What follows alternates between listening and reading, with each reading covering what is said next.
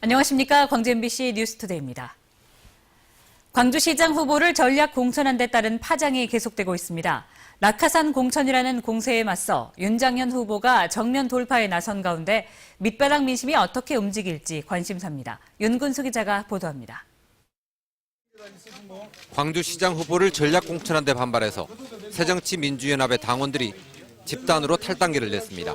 광주 시민의 자존심을 상하게 하고 새정치를 한다는 비명하에 헌정치로 복귀하고 있는 이 악랄한 처사를 보고 더 이상 머무려야 할 필요가 없다고 생각했기 때문에 황금 연휴를 앞두고 발표된 전략 공천에 겉으로 드러난 민심은 사나워져 있습니다.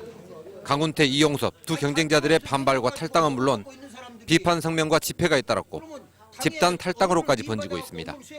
윤장현 후보는 공세 차단에 나섰습니다. 지금 광주 시민들은 새로운 시대로의 전환을 요구받고 있습니다. 광주 정신과 시대 정신이 살아있는 광주를 열망하고 있습니다. 선관위에 예비 후보로 등록하고 나면 악화된 여론을 극복하기 위해서 정면 돌파를 시도할 걸로 보입니다. 윤장현 지지를 선언했던 광주 지역 국회의원들도 윤 후보와 함께 대책을 논의했습니다. 낙하산 공천이라는 주장과 새정치를 위한 결단이라는 주장이 맞선 가운데 앞으로는 바닥 민심이 어느 쪽으로 기울지가 선거 판도를 가를 걸로 보입니다. 이 때문에 강훈태, 이용섭 측에서는 대규모 군중 집회를 예고했고 윤장현 측에서는 각계의 지지 선언으로 맞불을 놓는 등 각 후보들이 여론전에 집중하고 있습니다. MBC 뉴스 윤근수입니다.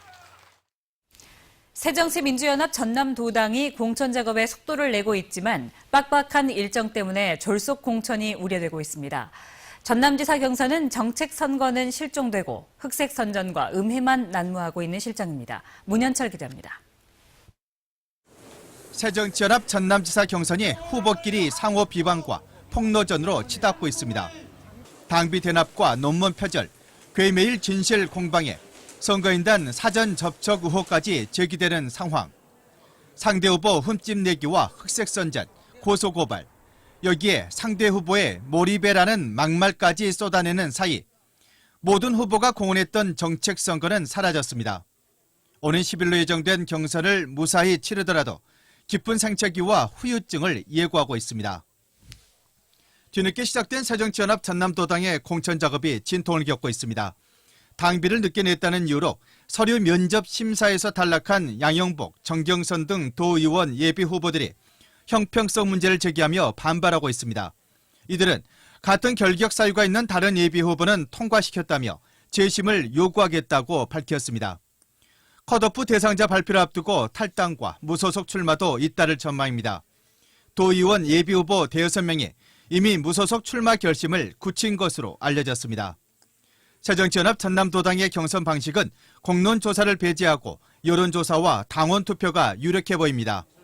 그러나 후보자 등록이 일주일여밖에 남지 않은 촉박한 일정이 경선의 큰 변수로 지적됩니다.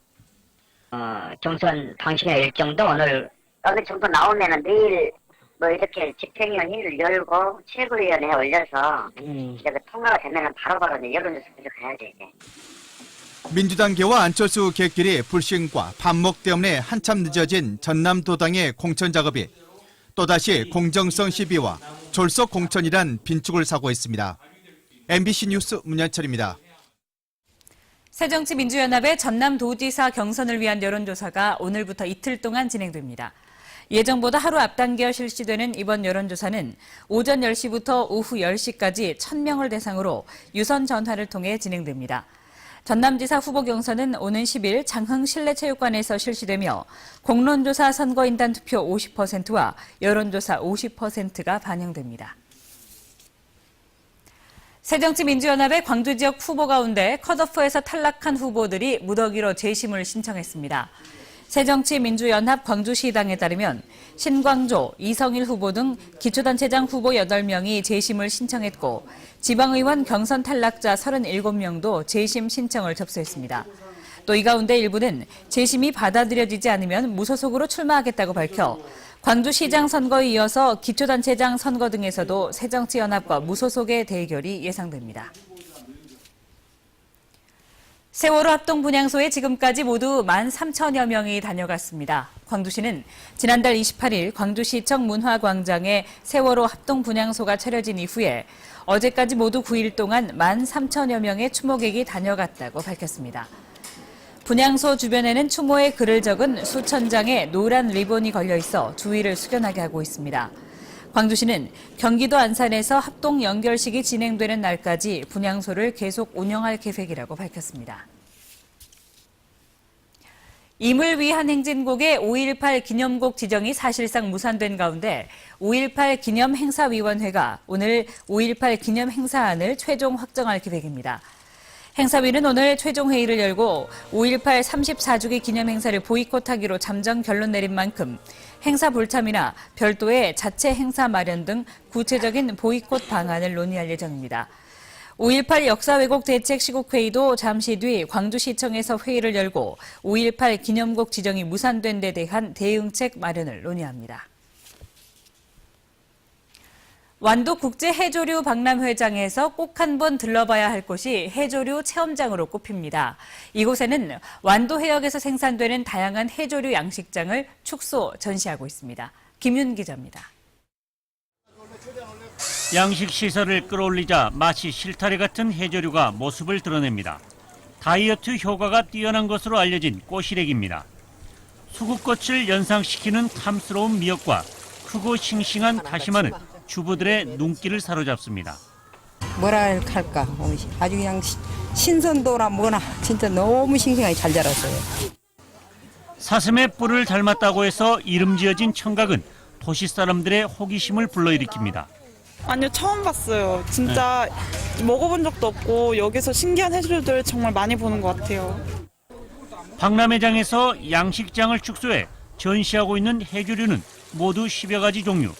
자연산 상어와 보고는 물론 양식산 넙치도 둘러볼 수 있고 먹이도 직접 줘볼 수 있습니다. 해조류를 만져보고 또 전복과 어류 먹이를 주는 체험 행사까지 겸하고 있습니다. 꼬시래기와 모자반, 청각 등 그동안 이름조차 생소한 해조류가 박람회를 통해 한층 더 가까워지고 있습니다. MBC 뉴스 김윤입니다.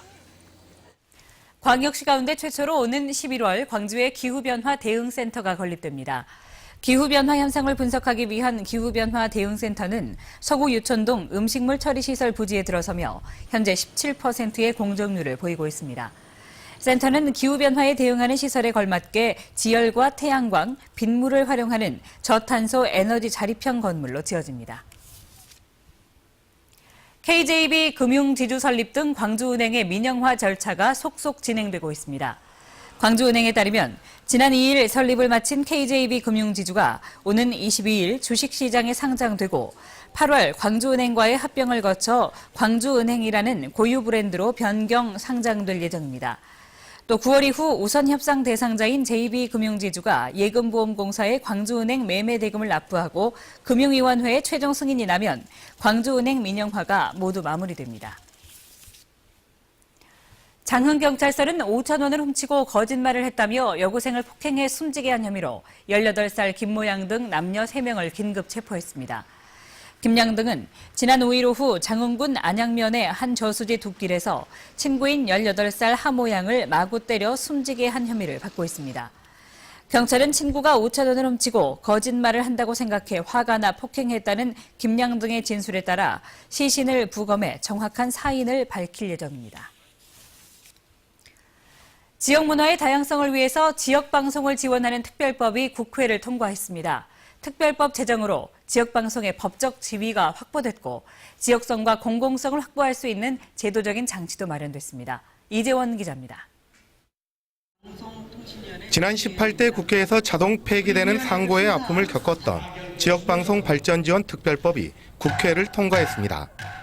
여야의 합의로 통과된 특별법은 특별시 이외의 지역을 방송구역으로 하는 지상파 방송을 지역방송이라고 규정해 지역방송의 법적 지위를 명확하게 확인했습니다.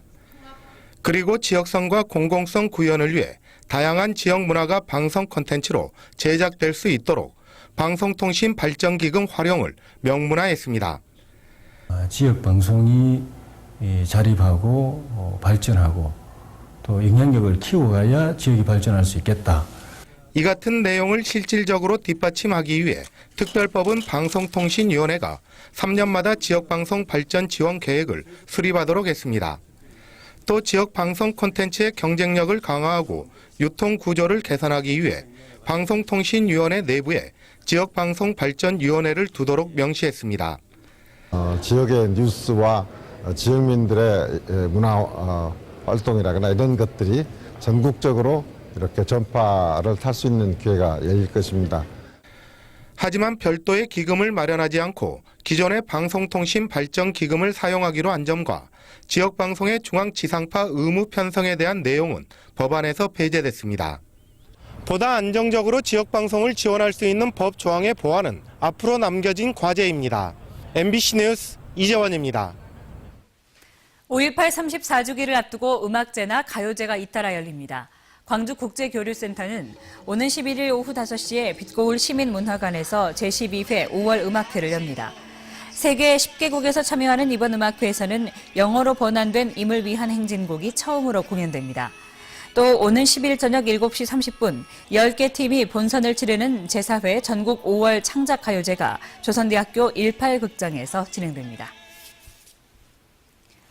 세월호 참사 애도 속에서 고 노무현 전 대통령 서거 5주기 행사가 대폭 축소됩니다. 김대중 노무현 대통령 기념공원위원회는 노 전 대통령 서거 5주기를 맞아 공식 추도식 외에 문화제나 전시회 등 모든 추모 행사를 취소하기로 했습니다.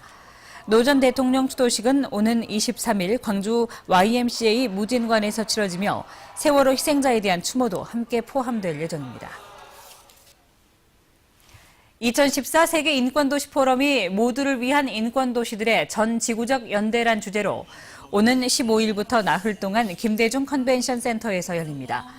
이번 행사에 참여하는 40여 개국 500여 명의 인권 전문가들은 국가폭력과 어린이, 환경 등 지방정부가 직면하고 있는 새로운 도전들을 다루는 한편 각 대륙별 도시들의 인권 제도와 우수 사례를 공유할 예정입니다.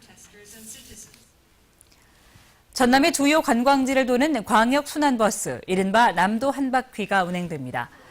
기차역과 버스터미널을 기점으로 권역별 관광지를 연결하는 광역 순환버스는 오는 13일부터 내년 1월 4일까지 운행하며 서부권과 동부권, 광주 근교권으로 나눠 13개 시군 27개 관광지를 경유합니다.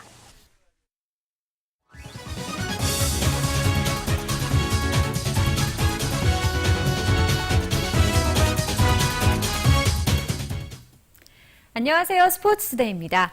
가정의 달을 맞아 나눔을 실천하는 손길이 더욱 분주해지고 있습니다. 다른 구단에 비해 나눔이 부족했던 기아 타이거즈도 조금씩 변하고 있습니다. 입단 첫 해부터 꾸준히 희망 나눔을 실천해온 선수가 있습니다. 선행 이유에 대해 묻자 당연히 해야 할 일이라고 답한 이 선수는 벌써 6년째 어려운 환경에 있는 야구 꿈나무들을 돕고 있는 안치홍 선수입니다. 안치홍 선수는 야구 꿈나무 인재 양성 1안타 1도루 후원에 참여하고 있는데요. 누가 시켜서가 아니라 스스로 먼저 나서 시작한 선행이라고 합니다.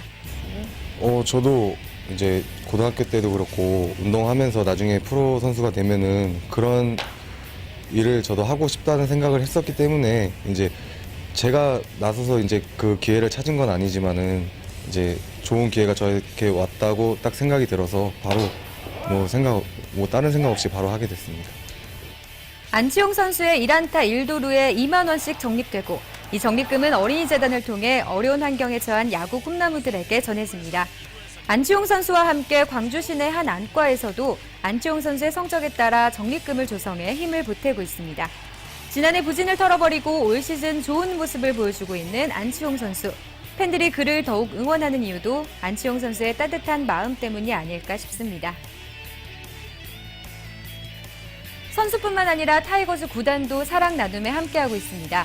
2010년부터 시작된 타이거즈 러브펀드. 경기 결과에 따라 사랑의 기금이 적립되는데요. 기아 타이거즈는 선수들의 경기 기록에 따라 선수 본인은 물론 구단 프런트, 기아자동차 임직원들이 자발적으로 설정한 기부금을 매월 적립합니다. 이렇게 쌓인 기부금은 시즌 종료 후 소외계층 어린이와 한국 야구 발전을 위한 다양한 사회공헌 활동에 쓰이는데요. 지난해에는 3억 645만 2천 원을 적립해 사회복지 공동모금회에 전했습니다. 올 시즌도 차곡차곡 쌓여가고 있을 러브펀드. 타이거즈가 좋은 성적 거두어 더 많은 곳에 따뜻한 사랑이 전해지길 바랍니다. 스포츠투데이였습니다.